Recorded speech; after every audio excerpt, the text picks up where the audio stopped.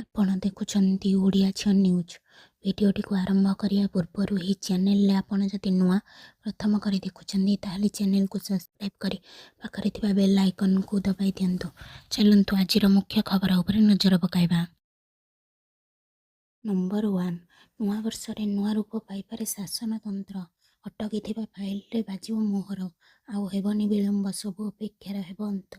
ଦୀର୍ଘ 18 ମାସ ଧରି ନିଗମ ଓ ବୋର୍ଡ଼ ପଦକୁ ନେଇ ଯେଉଁ ଚର୍ଚ୍ଚା ଆକଳନ ଚାଲିଥିଲା ସେଥିରେ ପୂର୍ଣ୍ଣଚ୍ଛେଦ ଟାଣିବେ ମୁଖ୍ୟମନ୍ତ୍ରୀ। ସୂଚନା ଅନୁସାରେ ନୂଆବର୍ଷରେ ବାବୁ ଓ ନେତାଙ୍କୁ ନୂଆ ଦାୟିତ୍ୱ ଦେବେ ମୋହନ ସରକାର। ଆସନ୍ତା ଡିସେମ୍ବରରେ ସରୁଛି ମୁଖ୍ୟ ଶାସନ ସଚିବ ମନୋଜ ଆହୁଜାଙ୍କ କାର୍ଯ୍ୟକାଳ। ନମ୍ବର 2, ବାଲେଶ୍ୱରରେ ଡିସେମ୍ବର 22ରୁ କୁସୁମ୍ବ ମେଳା 2025। ବାଲେଶ୍ୱର ଜିଲ୍ଲାସ୍ତରୀୟ ସ୍ୱଦେଶୀ ମେଳା ଓ ଜାତୀୟ ସ୍ତରୀୟ ପଲ୍ଲିଶ୍ରୀ ମେଳା କୁସୁମ୍ବ 2025 ଡିସେମ୍ବର 22 ତାରିଖରୁ ଆରମ୍ଭ ହେବ। ବାଲେଶ୍ୱର ପୋଲିସ ପଡ଼ିଆଠାରେ ଆୟୋଜିତ ହେବାକୁ ଥିବା ଏହି ମେଳା 28 ତାରିଖ ଯାଏଁ ଚାଲିବ। ନମ୍ବର 3, ଇଶାନ କିଶାନଙ୍କ ଧୁଆନ୍ଧାର ଶତକ। ସୈୟଦ ମୁସ୍ତାକ ଅଲି ଟ୍ରଫି ଜିତିଲେ ଝାଡ଼ଖଣ୍ଡ। ଭାରତୀୟ ଘରୋଇ କ୍ରିକେଟର ସବୁଠାରୁ ବଡ଼ ଟି-20 ଟୁର୍ଣ୍ଣାମେଣ୍ଟ ସୈୟଦ ମୁସ୍ତାକ ଅଲି ଟ୍ରଫିରେ ନୂଆ ଇତିହାସ ରଚିଛି ଝାଡ଼ଖଣ୍ଡ। ଗୁରୁବାର ପୁଣେଠାରେ ଅନୁଷ୍ଠିତ ରୋମାଞ୍ଚକର ଫାଇନାଲ ମ୍ୟାଚରେ ହରିୟାଣାକୁ ପରାସ୍ତ କରି ଝାଡ଼ଖଣ୍ଡ ପ୍ରଥମ ଥର ପାଇଁ ଏହି ଟ୍ରଫି ହାସଲ କରିଛି। ଟୁର୍ଣ୍ଣାମେଣ୍ଟ ଇତିହାସରେ ଝାଡ଼ଖଣ୍ଡ ଦଳ ପ୍ରଥମ ଥର ପାଇଁ ଚାମ୍ପିୟନ ହେବାର ଗୌରବ ଅର୍ଜନ କରିଛି। ନମ୍ବର 4, କ'ଣ ଏହି ୱାଟର ବମ୍ ଯାହାକୁ ହିମାଳୟରେ ତିଆରି କରୁଛି ଚୀନ? ଜବାବ ଦେବା ପାଇଁ ବି ରେଡି ଭାରତ। ତୀର୍ଥତ୍ର ୟାରଲୁଙ୍ଗ ସାଙ୍ଗପୋ ନଦୀ ଉପରେ ଚୀନ ବିଶ୍ୱର ସବୁଠାରୁ ଶକ୍ତିଶାଳୀ ଜଳବିଦ୍ୟୁତ ବନ୍ଧ ନିର୍ମାଣ କରୁଛି। ବେଜିଂ ଦାବି କରୁଛି ଯେ ସେ କେବଳ ଶକ୍ତି ଯୋଗାଣ ବୃଦ୍ଧି କରିବାକୁ ଚାହୁଁଛି, କିନ୍ତୁ ଏହି ବନ୍ଧ ବିଷୟରେ ଅନେକ ଚିନ୍ତା ପ୍ରକାଶ ପାଉଛି। ତୀର୍ଥତ୍ର ୟାରଲୁଙ୍ଗ ସାଙ୍ଗପୋ ନଦୀ ଭାରତର ବ୍ରହ୍ମପୁତ୍ର ଭାବରେ ଜଣାଶୁଣା। ନମ୍ବର 5, ଜାଡ଼ରେ ଥରୁଛି ଓଡ଼ିଶା। ରାଜ୍ୟରେ କଲବଲ କରୁଛି ଶୀତ। ସାରା ରାଜ୍ୟ ସମେତ କନ୍ଧମାଳ ଜିଲ୍ଲାରେ ଚଳିତ ବର୍ଷ ଶୀତ ଜାରି ରହିଛି। ଓଡ଼ିଶାର ଦାର୍ଜିଲିଂ କୁହାଯାଉଥିବା କୁସୁମର ଉଦୟଗିରି ମଧ୍ୟ ଏଥିରୁ ବାଦ ପଡ଼ିନାହିଁ। ସ୍ଥାନୀୟ ଅଞ୍ଚଳରେ ଶୀତ ତାର ପ୍ରକୋପ ଦେଖାଇବାରେ ଲାଗିଛି। 1 ମାସରୁ ଉର୍ଦ୍ଧ୍ୱ ସମୟ ହେବ ଶୀତ ଲହରୀ ସହ ତୁଷାରପାତ ଜାରି ରହିଛି। ଆଜି ସ୍ଥାନୀୟ ସହରର ତାପମାତ୍ରା 5 ଡିଗ୍ରୀ ରେକର୍ଡ କରାଯାଇଥିବା ବେଳେ ଗତକାଲି ଏହା 6.6 ଡିଗ୍ରୀ ଥିଲା। ଅନ୍ୟପକ୍ଷରେ କୁହୁଡ଼ି ସେହି ମାତ୍ରାରେ ସାରା ଅଞ୍ଚଳରେ ବିସ୍ତାର ହେଉଥିବା ବେଳେ କୁହୁଡ଼ିର ଚାଦର ତଳେ ସାରା ଅଞ୍ଚଳ ରହିଲା ଭଳି ଅନୁଭବ ହେଉଛି। କୁହୁଡ଼ି ଯୋଗୁଁ ରାସ୍ତାରେ ଯାତାୟାତରେ ବଡ଼ ସମସ୍ୟା ଉପୁଜୁଥିବା ଦେଖିବାକୁ ମିଳିଛି। ଓଡ଼ିଶାର ସବୁଠାରୁ କମ୍ ତାପମାତ୍ରା ଏବଂ ସର୍ବାଧିକ ଥଣ୍ଡାର ସହରରେ ପର୍ଯ୍ୟଟକଙ୍କ ସଂଖ୍ୟା ବଢ଼ିବାରେ ଲାଗିଛି। ନମ୍ବର 6, ଶାନ୍ତି ଆଲୋଚନା ପୂର୍ବରୁ ପୁଟିନଙ୍କ ଚରମ ବାଣୀ। ରୁଷ ୟୁକ୍ରେନ ଯୁଦ୍ଧ ହୋଇପାରେ ଜଟିଳ। ରୁଷ ରାଷ୍ଟ୍ରପତି ଭ୍ଲାଦିମିର ପୁଟିନ କଡ଼ା ଚେତାବନୀ ଦେଇଛନ୍ତି। ୟୁକ୍ରେନ ସହ ଯଦି ଶାନ୍ତି ଆଲୋଚନା ବିଫଳ ହୁଏ ତେବେ ଏହାର ଅଞ୍ଚଳଗୁଡ଼ିକୁ ସୈନ୍ୟ ବଳରେ ଦଖଲ କରିବ ରୁଷିଆ। ସେନା ଅଧିକାରୀଙ୍କ ବାର୍ଷିକ ବୈଠକରେ ପୁଟିନ ଏହି ବଡ଼ ଧମକ ଦେଇଛନ୍ତି। ରୁଷ ୟୁକ୍ରେନ ଯୁଦ୍ଧ ଏବେ ନୂଆ ମୋଡ଼ ନେବା ଆଶଙ୍କା ଦେଖାଦେଇଛି। ନମ୍ବର 7, ମର୍ମନ୍ତୁଦ ସଡ଼କ ଦୁର୍ଘଟଣା। ଚାଲିଗଲା 3 ଜୀବନ, 4 ଗୁରୁତର। ନୂଆପଡ଼ା ଜିଲ୍ଲା କୋମନ ବ୍ଲକ ଅଧୀନ ଦିଖିଲ ଛକଠାରେ ଏକ ମର୍ମନ୍ତୁଦ ସଡ଼କ ଦୁର୍ଘଟଣା ଘଟିଛି। ଦୁର୍ଘଟଣାରେ 3 ଜଣଙ୍କ ମୃତ୍ୟୁ ଘଟିଛି, 4 ଜଣ ଗୁରୁତର ଆହତ ହୋଇଛନ୍ତି। ମୃତକମାନେ ହେଲେ ମୁମ୍ବାଇରୁ ଆସିଥିବା ଆଦିମନ ମହେରୁବ ଓ କୋମାନର ଅଗ୍ରଲୁଲ ଅଲି। ଆହତମାନେ ହେଲେ ଇସାଦି ମହମ୍ମଦ, ଯୋଗେଶ ସାହୁ, ପ୍ରଭାସ ମହାନ୍ତି, ଅସୀମ ଅଲି। ସେମାନେ କୋମାନ ସ୍ଥିତ ନିଜ ସମ୍ପର୍କୀୟଙ୍କ ଘରକୁ ବୁଲିବା ପାଇଁ ଆସିଥିଲେ। ସେଠାରୁ କୌଣସି କାମରେ ଏକ 4 ଚକିଆ ଗାଡ଼ିରେ ଖଡ଼ିଆଳ ଯାଉଥିଲେ। ତିଖାଲି ଡ୍ୟାମ ଛକଠାରେ ଭାରସାମ୍ୟ ହରାଇ ଗାଡ଼ିଟି ଓଲଟି ପଡ଼ିଥିଲା। ନମ୍ବର 8, ନ୍ୟାସନାଲ ହେରାଲ୍ଡ ମିଛ ମାମଲାର ନୈତିକ ବିଜୟରେ ଜିଲ୍ଲା କଂଗ୍ରେସ ପକ୍ଷରୁ ବିଜେପି କାର୍ଯ୍ୟାଳୟ ସମ୍ମୁଖରେ ବିକ୍ଷୋଭ। 30ରୁ ଉର୍ଦ୍ଧ୍ୱ କଂଗ୍ରେସ ନେତା ଓ କର୍ମୀ ଗିରଫ। ନ୍ୟାସନାଲ ହେରାଲ୍ଡ ମିଛ କେସ୍ ମାମଲାକୁ ବିରୋଧ କରି ଆଜି ଜିଲ୍ଲା କଂଗ୍ରେସ କମିଟି ପକ୍ଷରୁ ବିଜେପି କାର୍ଯ୍ୟାଳୟ ସମ୍ମୁଖରେ ବିକ୍ଷୋଭ ପ୍ରଦର୍ଶନ ଓ ଘେରାଉ କରିବାକୁ ବିରାଟ ରାଲି ଯୋଗେ ଜାତୀୟ ରାଜପଥରେ ଯାଉଥିବା 200ରୁ ଉର୍ଦ୍ଧ୍ୱ ଦଳୀୟ କର୍ମୀମାନଙ୍କୁ ପୋଲିସ ଅଧା ବାଟରୁ ବାଧା ଦେଇ ରାଲିକୁ ଅଟକାଇବା ସହ ବହୁ ଦଳୀୟ କର୍ମୀଙ୍କୁ ଉଠେଇ ନେଇଛନ୍ତି। ନମ୍ବର 9 ଭଦ୍ରକରେ ଜାତୀୟ ସ୍ତରୀୟ ବାଣିଜ୍ୟ ମେଳାକୁ ନେଇ ସାମ୍ବାଦିକ ସମ୍ମିଳନୀ। ଭଦ୍ରକ ଗେଲପୁର ପଞ୍ଚାୟତର ଭଦ୍ରକ ଆଖଣ୍ଡଳମଣି ରାସ୍ତାର ସାମରାଇପୁର ନିକଟରେ ଚଳିତ ମାସ ଜାତୀୟ ସ୍ତରୀୟ 2 ବାଣିଜ୍ୟ ମେଳା ଅନୁଷ୍ଠିତ ହେଉଛି। ଏହା ଆସନ୍ତା 24 ତାରିଖରୁ 30 ତାରିଖ ପର୍ଯ୍ୟନ୍ତ ଚାଲିବ। ଏହା ଓଡ଼ିଶା କ୍ଷୁଦ୍ର ଓ ମଧ୍ୟମ ଶିଳ୍ପ ସଂଘ ଭଦ୍ରକ ଶାଖା ଓ ଜିଲ୍ଲା ପ୍ରଶାସନର ମିଳିତ ସହଯୋଗରେ ଅନୁଷ୍ଠିତ ହେଉଛି।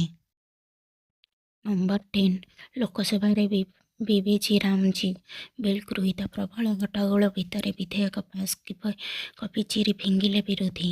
ଲୋକସଭାରେ ପ୍ରବଳ ହୋହାଲ୍ଲା ଓ ହଙ୍ଗାମା ଭିତରେ ଗୃହୀତ ହେଲା ବିବିଜି ରାମଜୀ ବିଲ୍। ବିରୋଧୀ ସାଂସଦମାନେ ବିଲ୍ କପି ଚିରି ଫିଙ୍ଗି ପ୍ରତିବାଦ କରିଥିଲେ। ମନରେଗା ନାଁ ବଦଳାଇ ନୂଆ ଯୋଜନା ଆଣିବାକୁ ସରକାରଙ୍କ ଉଦ୍ୟମକୁ କଂଗ୍ରେସ ଓ ବିରୋଧୀ ବିରୋଧ କରିଛନ୍ତି।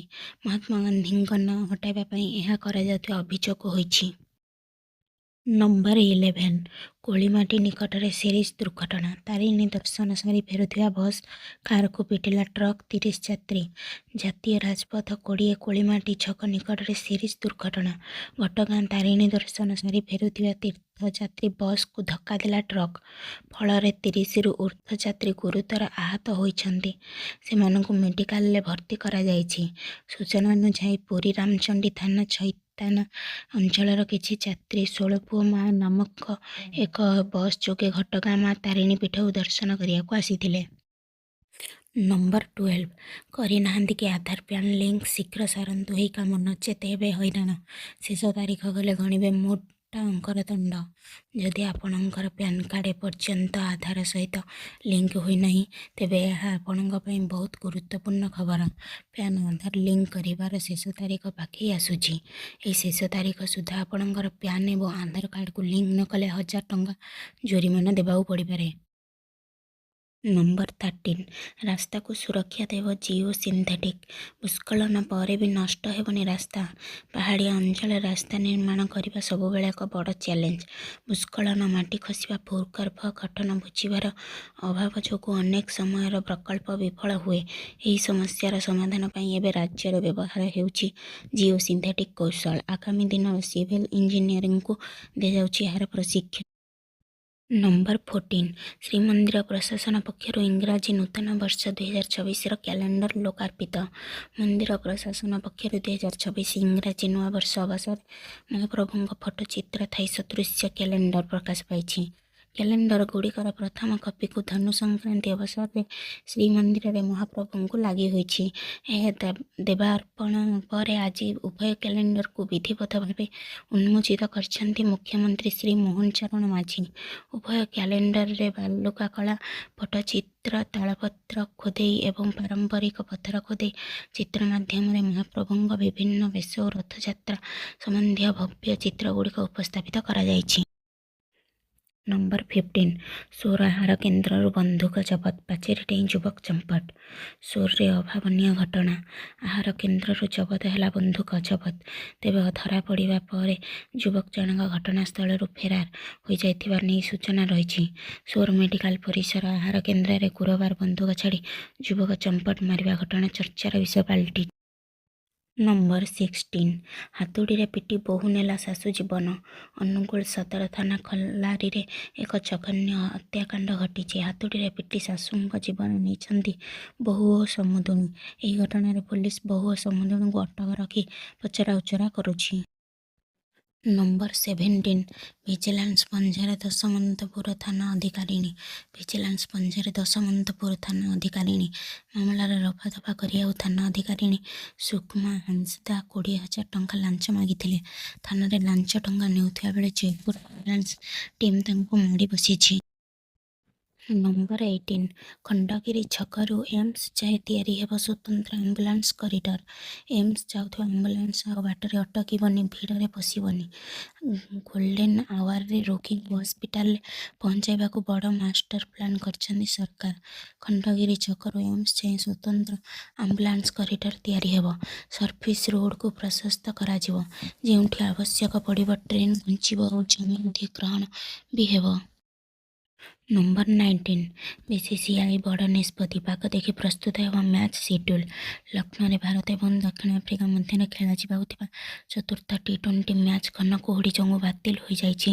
କୁହୁଡ଼ି ଯୋଗୁଁ ଟସ୍ ମଧ୍ୟ ପଡ଼ିପାରିନଥିଲା। ମ୍ୟାଚ୍ ବାତିଲ ହେବା ପରେ ଷ୍ଟାଡିୟମରେ ଉପସ୍ଥିତ ଥିବା ହଜାର ହଜାର ପ୍ରଶଂସକଙ୍କ ମଧ୍ୟରେ ଅସନ୍ତୋଷ ଦେଖାଦେଇଥିଲା। ଏହି ଘଟଣା ପରେ ଏବେ BCCI ଏକ ବଡ଼ ନିଷ୍ପତ୍ତି ନେଇଛି। ଭବିଷ୍ୟତରେ ମ୍ୟାଚ୍ ସିଡ୍ୟୁଲ୍ ବା କାର୍ଯ୍ୟସୂଚୀ ପ୍ରସ୍ତୁତ କଲାବେଳେ ବୋର୍ଡ ପାଗ ଏବଂ ପ୍ରଦୂଷଣକୁ ଗୁରୁତର ସହ ବିଚାର କରିବ ବୋଲି କହିଛି। ନମ୍ବର 20 କାନ୍ତକବି ସାହିତ୍ୟ ପରିଷଦ ପକ୍ଷରୁ ପ୍ରତିଭା ଅନ୍ୱେଷଣ। ତିହିଡ଼ି କାନ୍ତକବି ସାହିତ୍ୟ ପରିଷଦ ପକ୍ଷରୁ ଭଦ୍ରକ ଜିଲ୍ଲା ଶିକ୍ଷା ପ୍ରଶିକ୍ଷଣ ପ୍ରତିଷ୍ଠାନ ନାଗରପଡ଼ା ପରିସରରେ ପ୍ରତିଭା ଅନ୍ୱେଷଣ କାର୍ଯ୍ୟକ୍ରମ ଅନୁଷ୍ଠିତ ହୋଇଯାଇଛି। ଆୟୋଜିତ ସଭାକୁ ଶିକ୍ଷା ପ୍ରଶିକ୍ଷଣ ପ୍ରତିଷ୍ଠାନର ଅଧ୍ୟକ୍ଷ ଡକ୍ଟର କାର୍ତ୍ତିକେଶ୍ୱର ରାଉଳ ଅଧ୍ୟକ୍ଷତା କରିଥିବା ବେଳେ କାନ୍ତକବି ସାହିତ୍ୟ ପରିଷଦର ଉପଦେଷ୍ଟା ଦୀନରଞ୍ଜନ ପାଢ଼ୀ ପ୍ରଦୀପ ପ୍ରଜ୍ୱଳନ ପୂର୍ବକ ଉଦ୍ଘାଟନ କରିଥିଲେ। ଭିଡ଼ିଓଟିକୁ ସମ୍ପୂର୍ଣ୍ଣ ଦେଖିଥିବାରୁ ଧନ୍ୟବାଦ।